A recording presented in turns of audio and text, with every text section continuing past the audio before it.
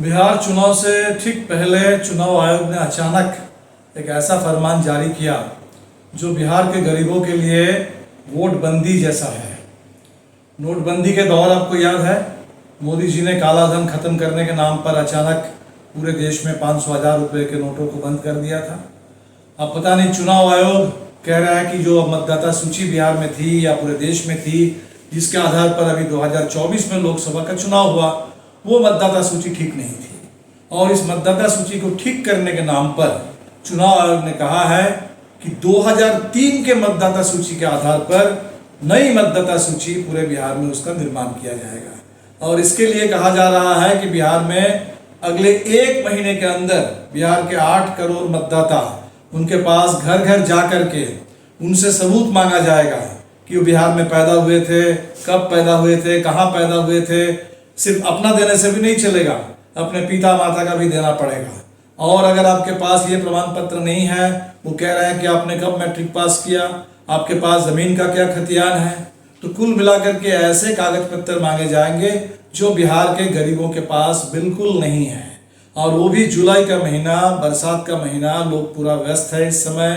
कितने सारे लोग, लाखों की तादाद में, जो बिहार से बाहर गए हैं कमाने के लिए, तो 1 महीने के अंदर जो कागज नहीं दे पाएंगे उनका नाम मतदाता सूची से बाहर हो जाएगा। तो बिहार में लोकतंत्र के ऊपर, संविधान के ऊपर ये बहुत बड़ा एक हमला अचानक सरकार ने ठीक चुनाव से पहले कर दिया। हमारे देश में जब संविधान पारित हुआ, उस संविधान में सबसे जो बुनियादी अधिकार देश के हर नागरिक को मिला, वो वोट डालने का अधिकार, इस देश में सरकार को चुनने का अधिकार। दुनिया के बहुत सारे देशों में वर्षों लोगों को लग गए थे इस अधिकार को हासिल करने में। पहले महिलाओं को वोट डालने का अधिकार नहीं होता था, अनपढ़ लोगों को वोट डालने का अधिकार नहीं होता था, कमजोर लोगों को, गरीबों को, भूमिहीनों को वोट डालने का अधिकार नहीं होता था। लेकिन हमारे देश में जब संविधान पारित हुआ, एक मुश्त एकाएक सबको ये अधिकार मिल गया। हालांकि हमें पता है कि अधिकार संविधान में मिलने के बाद भी बिहार में वर्षों लग गए बिहार के दलितों को, गरीबों को, कमजोर लोगों को जीवन में यह अधिकार हासिल करने में। वो 80 का दशक आपको याद है, जिस समय पूरे बूथ कब्जा के खिलाफ इंडियन पीपुल्स फ्रंट के नेतृत्व में हमने पूरे बिहार में अभियान चलाया और जान की बाजी लगा करके पहली बार बिहार के गरीबों ने वोट डाला और अपने नेताओं को जिता करके, यहाँ तक कि लोकसभा में आरा से रामेश्वर जी को जिता करके भेजा। तो ये जो बिहार में गरीबों ने वोट डालना शुरू किया, आज भारतीय जनता पार्टी परेशान है।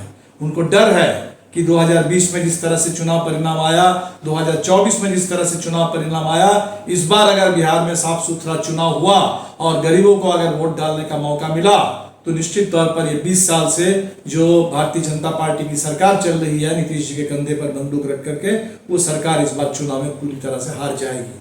और इसीलिए इसको रोकने के लिए अब गरीबों को ही वोट डालने से वंचित करने की पूरी साजिश रची जा रही है। इसलिए 1 जुलाई से हमारी पार्टी ने पूरे बिहार में एक निर्णय लिया है कि ये वोटबंदी, गरीबों की वोटबंदी नहीं चलेगी। और मताधिकार बचाओ, लोकतंत्र बचाओ। हम आपसे अपील करेंगे कि बिहार के गांव-गांव में पूरे जनता के बीच में इस अभियान को शुरू कीजिए, क्योंकि अभी लोगों को पता नहीं है कि कितना बड़ा खतरा हमारे सामने है, कितनी बड़ी साजिश है लोकतंत्र के खिलाफ। ये किसी पार्टी की बात नहीं है, ये किसी गठबंधन की बात नहीं है, ये बिहार के आम लोगों के वोट डालने के अधिकार की बात है। ये बाबा साहब अम्बेडकर के द्वारा लिखा गया संविधान, उस संविधान में जो सबसे बुनियादी हक है बिहार और पूरे देश के आम लोगों के लिए, उस हक को छीनने की साजिश है। और इसके लिए बिहार में अपने तमाम साथियों से हम अपील करेंगे कि घर घर जाइए, लोगों के बीच में जाइए, लोगों को इस बात खतरे से आगाह कीजिए और एक बहुत बड़ा आंदोलन छेड़ दीजिए बिहार के अंदर, ताकि सरकार को पता चले, चुनाव आयोग को पता चले कि बिहार इसे बर्दाश्त बिल्कुल नहीं करेगा।